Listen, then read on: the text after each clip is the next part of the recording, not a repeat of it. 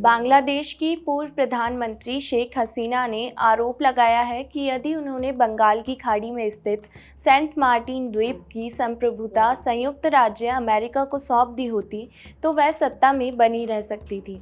एक अंग्रेजी अखबार को दिए इंटरव्यू में शेख हसीना ने इसका खुलासा किया है।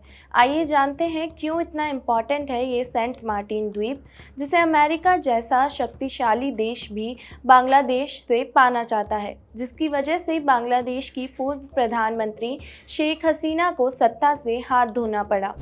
सेंट मार्टिन द्वीप, जिसे नारियल द्वीप या दालचीनी द्वीप के नाम से भी जाना जाता है, वह बंगाल की खाड़ी के उत्तर पूर्वी भाग में स्थित यह द्वीप केवल 3 किलोमीटर वर्ग क्षेत्र में फैला हुआ छोटा सा आइलैंड है।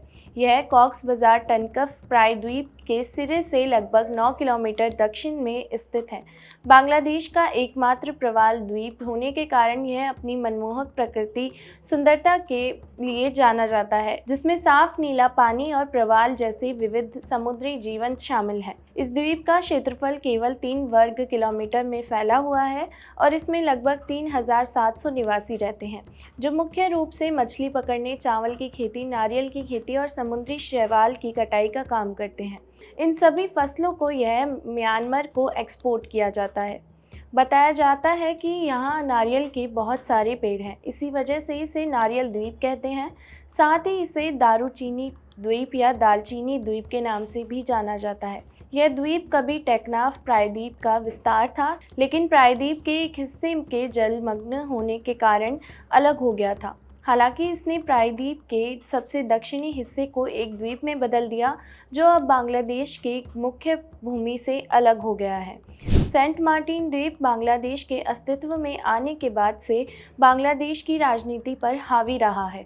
बंगाल की खाड़ी से इसकी निकटता और म्यांमार के साथ समुद्री सीमा ने अंतर्राष्ट्रीय स्तर पर, विशेष रूप से अमेरिका और चीन, इस आइलैंड के प्रति इन देशों की रुचि बढ़ी है। अमेरिका और चीन इस क्षेत्र में अपनी उपस्थिति को मजबूत करने के लिए द्वीप पर अपना दबदबा बनाने की कोशिश की थी। पिछले साल जून में शेख हसीना ने आरोप लगाया था कि अमेरिका ने चुनावों में बीएनपी की जीत के बदले में सेंट मार्टिन द्वीप का कब्जा करने और एक सैन्य अड्डा बनाने का इरादा जताया था। उन्होंने यह भी दावा किया था कि बीएनपी सत्ता में आती है तो वह इस द्वीप को अमेरिका को बेच देगी। अमेरिका इस द्वीप पर अपना कब्जा इसलिए चाहता है क्योंकि अमेरिका इस आइलैंड पर बेस बनाकर चीन को चुनौती देना चाहता है। साथ ही अमेरिका चीन के बढ़ते खतरे के खिलाफ भी इस इलाके में अपनी उपस्थिति चाहता है। अमेरिका की सैन्य मौजूदगी अगर इस क्षेत्र में रहती है तो इसे चीन पर बढ़त दिलाने में मदद मिलेगी।